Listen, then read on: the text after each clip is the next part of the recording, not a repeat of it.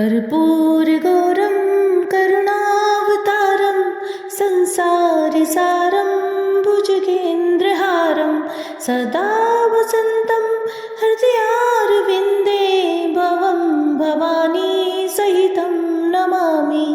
श्री शिवाय नमस्तुभ्यं। दोस्तों, त्रयोदशी तिथि में सायंकाल को प्रदोष काल कहा जाता है। प्रदोष काल को मंगलकारी एवं शिव की कृपा दिलाने वाला माना गया है। गुरु प्रदोष त्रयोदशी व्रत करने वाले को 100 गाय दान करने का फल प्राप्त होता है तथा यह सभी प्रकार के कष्ट और पापों को नष्ट करता है।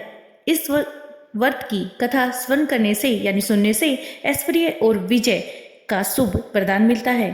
तो आइए मित्रों, अब सुनते हैं गुरु त्रयोदशी प्रदोष व्रत की पौराणिक कथा। इस कथा के अनुसार एक बार इंद्र और वृत्रासुर की सेना में घनघोर युद्ध हुआ। देवताओं ने दैत्य सेना को पराजित कर नष्ट भ्रष्ट कर डाला। यह देख वृत्रासुर अत्यंत क्रोधित हो स्वयं युद्ध को उद्यत हुआ। आसुरी माया से उसने विकराल रूप धारण कर लिया। सभी देवता भयभीत हो गुरुदेव बृहस्पति की शरण में पहुंचे। बृहस्पति महाराज बोले, पहले मैं तुम्हें वृत्रासुर का वास्तविक परिचय दे दूं। वृत्रासुर बड़ा तपस्वी और कर्मनिष्ठ है। उसने गंधमादन पर्वत पर घोर तपस्या कर शिवजी को प्रसन्न किया।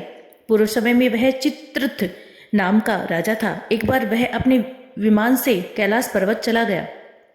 वहां शिवजी के वाम अंग में पार्वती माता को विराजमान देख वह उपवास पूर्वक बोला कि हे प्रभु, मोह माया में फंसे होने के कारण हम स्त्रियों के वशीभूत रहते हैं, किंतु देवलोक में ऐसा दृष्टिगोचर नहीं हुआ कि स्त्री आलिंगनबद्ध हो सभा में बैठे।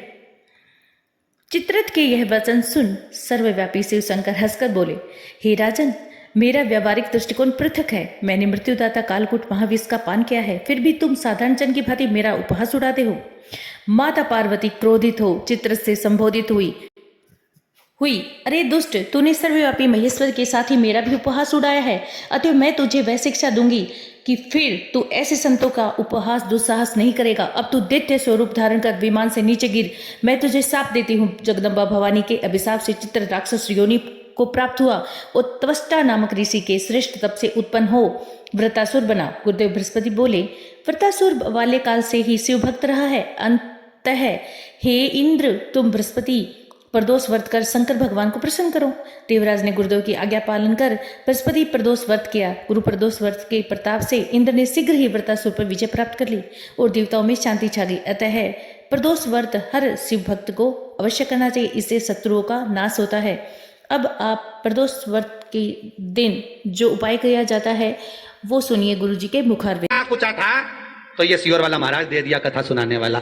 शाम के समय पर प्रदोष काल में बेलपत्री के पेड़ के नीचे, चाहे शंकर के मंदिर के दरवाजे पर या शिव मंदिर में, अगर आप प्रदोष के दिन दिया लगाते हो, सोमवार के दिन दिया लगाते हो, तो ऐसा कोई व्यक्ति नहीं जिसको मेरे देवाधिदेव महादेव मेरा विश्वनाथ भंडार नहीं भरता हो। खाली नहीं छोड़ेगा, दे देगा, भंडार भर देगा, कमी तो नहीं रख